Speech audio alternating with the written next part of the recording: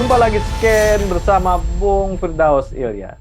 Iya, berjumpa lagi kita, Bung Meldi Redra. Demokrasi Indonesia terus matang, Bung Firdaus ya. Hubungan-hubungan relasi yang dulunya opsional sekarang lebih cair ya.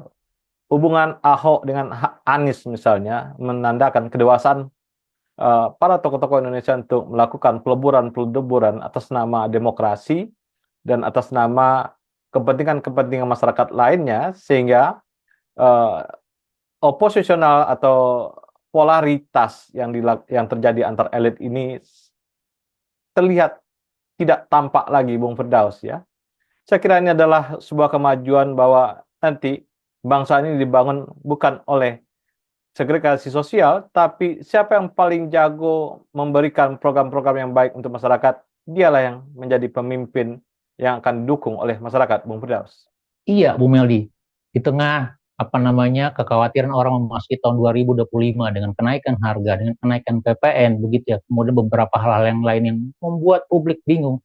Akankah 2025 nanti akan lebih baik dibandingkan 2024? Akankah ada muncul harapan? Tetapi salah satu yang menarik juga kita lihat adalah di ujung sana, di balai kota, pada ketika menyambut event malam tahun baru, begitu ya, di mana mantan-mantan gubernur pejabat DKI berkumpul di balai kota, dan dalam pertemuan tersebut ternyata kita melihat keakraban antara Anies Baswedan dan Basuki Cahayapurnama. Kalau seperti yang kita ingat tadi, yang seperti Bu Mel dikatakan tadi, bahwa Anies Baswedan dan Basuki Cahayapurnama merupakan dua prominent gubernur di Jakarta, gitu ya, mantan gubernur, dan di dalam sejarah perpolitikan mereka misalnya, dua orang ini memiliki rivalitas yang cukup tinggi misalnya, terutama di dalam Pilkada 2017 kemarin, di mana persaingan antara Anies Baswedan dan Basuki Cahayapurnama atau Ahok begitu kuat, gitu, sehingga itu memunculkan polarisasi, gitu. Dan pertanyaan publik dari dua orang ini merupakan salah satu ya putra-putra terbaik daerah atau putra-putra terbaik untuk Indonesia misalnya, kita lihat bisakah mereka menjadi salah satu kekuatan baru, dan nampaknya itu yang mulai memunculkan harapan. Dan di dalam pertemuan tersebut ternyata juga mereka mengatakan begitu, dengan keakraban mereka, bercanda mereka misalnya, mereka akan memunculkan kejutan di dalam, ya mungkin dalam sebulan ke depan misalnya. Nah, pertanyaan kita, mungkinkah nanti Anies Baswedan dan Basuki Cahayapurnama akan semakin akrab, semakin cair misalnya, sebagai bagian dari politik penyeimbang kekuasaan Indonesia? Atau yang kalau kita bicara lebih luas lagi, misalnya, apakah mungkin nanti menyatukan gitu Anies Baswedan dan Basuki Cahayapurnama atau Ahok sebagai bagian dari paket alternatif kepemimpinan, seperti yang juga sempat muncul dalam Pilkada 2024 kemarin misalnya, walaupun itu akhirnya tidak terjadi begitu ya. Tetapi momentum pertemuan akhir tahun di Balai Kota Jakarta bisa menjadi salah satu harapan kita misalnya, bahwa politik yang mengedepankan kepentingan publik itu bisa juga muncul tanpa memperhatikan perbedaan-perbedaan latar-latar yang terkait sara atau primordial misalnya, tetapi lebih mengedepankan publik gitu. Dan kalau ini terjadi, misalnya Anies Baswedan dan Basuki Cahayapurnama misalnya bisa merapat bergabung misalnya dalam satu catatan politik yang sama misalnya, maka ini akan bisa menjadi salah satu angin segar untuk demokrasi kita. Di tengah merapatnya semua partai politik, elit politik dalam barisan Kim Plus misalnya, merapat di bawah ketiak Prabowo Subianto, tanda kutip, tetapi ada juga kelompok-kelompok lain yang memberikan semacam penyeimbang atau memberikan semacam catatan-catatan kritis dalam pemerintahan, dan saya pikir ini menjadi salah satu alternatif yang baik. Tinggal menjadi pertanyaan kita, mungkinkah itu terjadi, Bu Meldi, misalnya Anies Baswedan atau Basuki Cahayapurnama, kalau kita coba berandai-andai misalnya, mungkin saja dimungkinkan maju dalam Pilpres 2029 nanti, atau menjadi paket atau simbol dalam oposisi pemerintah Indonesia, bisa saja, Bu Meldi, begitu. Ya, ini bukan kali pertama ya, inisiatif-inisiatif dari elit untuk meredam yang mengakibatkan pecahnya kesatuan Republik Indonesia ya. Di zaman Hatta dulu ada keinginan-keinginan dari tokoh-tokoh Indonesia Timur yang ingin memisahkan diri dengan persoalan Piagam Jakarta misalnya. Sama Hatta diakomodir dengan melakukan perubahan-perubahan ya dari Mukadimah Undang-Undang Dasar 45. Ini saya kira adalah sebuah inisiatif dari Hatta untuk tetap memberikan sebuah pluralisme dalam demokrasi di awal-awal kemerdekaan Indonesia. Dan kemudian banyak peristiwa lain, misalnya bagaimana Yusuf Kala mengajak kembali misalnya ya daerah otonomi Aceh misalnya untuk kembali bersama-sama dengan Indonesia untuk melakukan sebuah upaya bersama agar kesatuan Republik Indonesia tetap utuh gitu ya. Dan ini juga adalah sebuah contoh-contoh yang baik yang pernah dilakukan oleh elit-elit Indonesia. Dan terakhir saya kira ini adalah Ahok dengan Anies ini adalah sebuah saya kira sebuah kedewasaan yang luar biasa dari elit-elit Indonesia untuk terus membangun Indonesia dengan kebinekaannya yang terus dipupuk tanpa memberikan itu sebuah celah terjadinya perpecahan, Bung Firdaus. Iya, betul Bung Maldi. Jadi kalau kita lihat Anies Baswedan, kemudian Basuki Cahayapurnama atau Ahok merupakan representasi dari dua kelompok atau figur yang saling melengkapi begitu ya. Anies dengan mewakili misalnya mayoritas Indonesia, sementara Ahok bagian dari kelompok minoritas begitu ya, dari sisi sara, suku, agama, ras dan seterusnya misalnya. Tapi di sisi lain kalau kita lihat masing-masing punya kelebihan dan kekurangan, dan kelebihan-kelebihan mereka lah misalnya atau prestasi mereka terutama di dalam ya pemerintahan DKI Jakarta itu yang dianggap publik sebagai salah satu bagian dari mekanisme pencatatan rekam jejak kinerja begitu ya.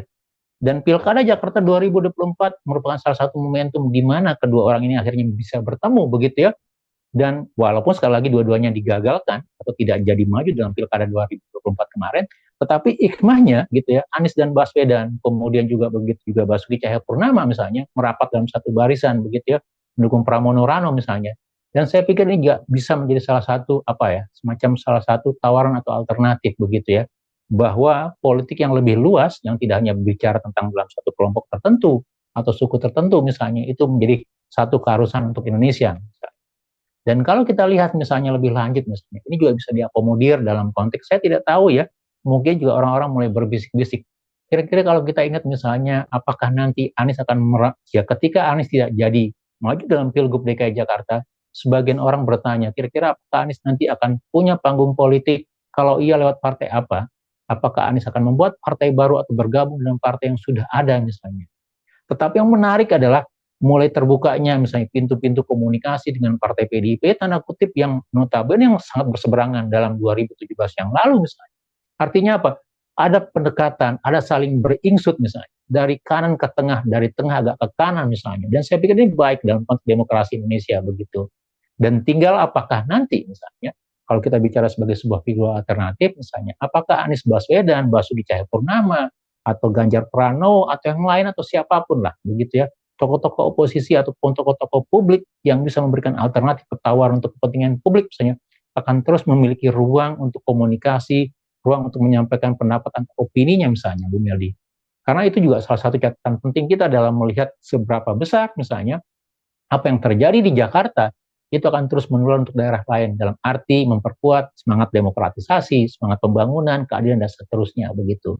Jadi saya pikir dengan hadirnya ataupun juga misalnya kalaupun memang nanti akan ada kejutan antara Anies Baswedan dan Basuki Cahayapurnama misalnya, atau memang sudah ada orang yang mulai mendesain gitu kira-kira seperti apa ke depannya untuk dua orang ini atau figur-figur yang lain gitu ya, maka saya pikir ini akan menjadi sebuah tawaran-tawaran atau tantangan-tantangan atau kejutan untuk Republik nanti Bu Meli. Jadi saya pikir kita tunggu saja kira-kira seperti apa yang bisa mungkin dari kemunculan atau kedekatan antara Anies Baswedan dan Basuki Cahayapurnama Bu Meli. Ya, ini percampuran warna politik ya sering kali terjadi di Indonesia ya. Tapi yang paling sering terjadi itu antara kelompok nasionalis dengan minoritas. Nah, misalnya kelompok Islam dengan minoritas belum sampai saat ini ya, belum terjadi ya. Saya kira percampuran baru gitu ya. Ini akan memberikan sebuah bentuk-bentuk ya front nasional baru gitu yang dalam percampuran politik Indonesia.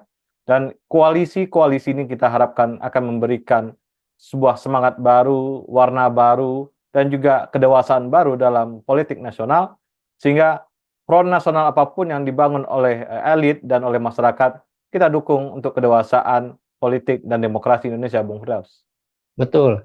Dan kalau kita lihat terutama figur Anies Baswedan, Bung Meldi, merupakan salah satu figur yang masih sangat diperhitungkan di dalam konteks kontestasi pemilu atau Pilpres 2024 nanti. Dengan catatan, kalau Pilpresnya masih berlangsung secara langsung oleh rakyat, gitu ya, tidak kembali dipilih oleh MPR, Bung Meldi. Tapi kalau dipilih oleh rakyat seperti yang sudah-sudah misalnya, maka peluang Anies Baswedan cukup kuat begitu. Tinggal menyatukan kira-kira dengan siapa lewat kendaraan apa begitu ya. Dan kalau kita lihat Anies Baswedan, Basuki Cahayapurnama merupakan dua orang tokoh politik yang secara prasyarat itu memenuhi syarat untuk maju sebagai calon presiden dan calon wakil presiden. Karena kalau kita bicara prasyaratnya, baik itu dalam undang-undang, baik dalam konstitusi ataupun juga dalam undang-undang pemilu misalnya, mereka dua-duanya bersih, clear gitu ya, tidak memenuhi atau dasar-dasar yang bisa membatalkan begitu. Dan kalau ini terjadi gitu ya, maka akan bisa menjadi sebuah alternatif gitu.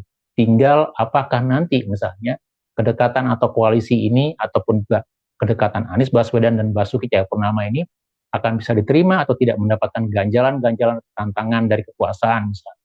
Dan saya pikir biarlah nanti publik akan menilai kira-kira siapa yang akan bisa menjadi alternatif itu. Tapi sekali lagi kedekatan, kemudian harmonisasi, kemudian kepentingan publik yang lebih utama itu menjadi gambaran yang penting buat publik bahwa kita masih punya harapan, masih punya semangat untuk Indonesia, Bu Medi. Pertama dalam rangka mengawali 2025 dengan catatan-catatan yang lebih penting gitu di tengah tantangan-tantangan atau kekhawatiran terkait harga, terkait pajak, terkait segala macam begitu ya. Kita masih punya harapan-harapan yang lain, Bu Medi. Terima kasih, Bung Firdaus. Iya, sama-sama Bu Medi. Terima kasih banyak. Tetap semangat. Salam Indonesia bersih. Salam Indonesia bersih.